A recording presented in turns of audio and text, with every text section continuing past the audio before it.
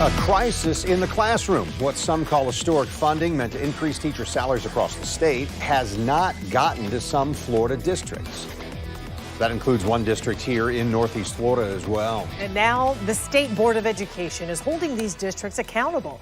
News4JAX reporter Marilyn Parker shows us how, Marilyn, the government funding, it would raise the minimum teacher salary to at least $47,500 a year. That's $7,000 more than what teachers were being paid 4 years ago, and some people would say that isn't enough. The Putnam County School District is one of 3 districts that hasn't seen the increase yet. The Department of Education data from 2022-2023 says their average salary is about $50,000. And to be clear, that's average. So some teachers make more, some make less. It's just over Florida's average cost of living, which according to MIT is $46,000. The Board of Education members say there are teachers who desperately need this money.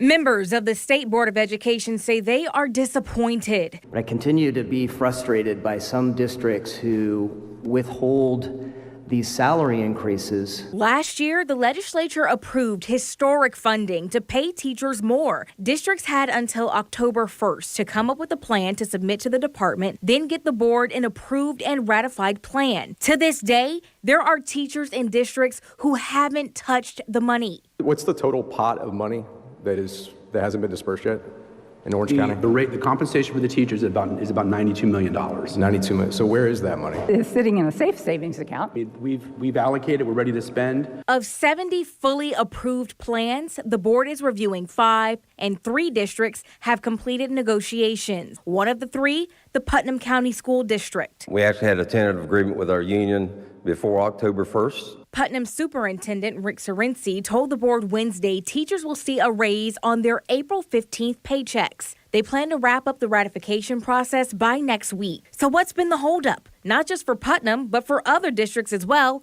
like Orange County. What can a teacher do? They need to stay on their union. The Associate Superintendent for Support Services in Putnam says they were bargaining working conditions and salaries with the union. They recognize that's going to have to change. Let's go ahead and move compensation to the front and not the back. The board wants districts to come up with creative ways to get this money into teachers' hands as soon as possible.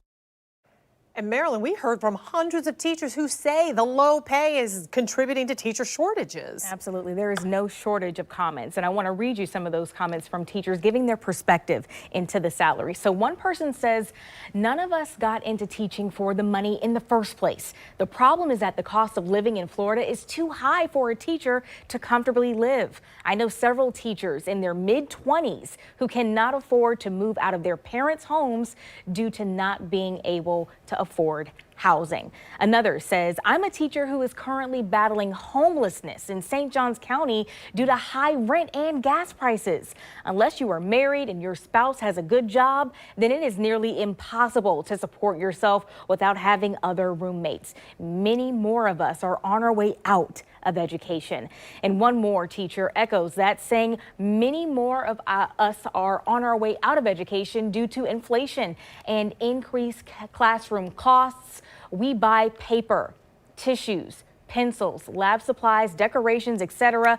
out of our own empty pockets. Even my students comment they would never be teachers due to the low salary. Hopefully these comments are resonating with those who can make that change. Hopefully so. All right, Marilyn, thanks.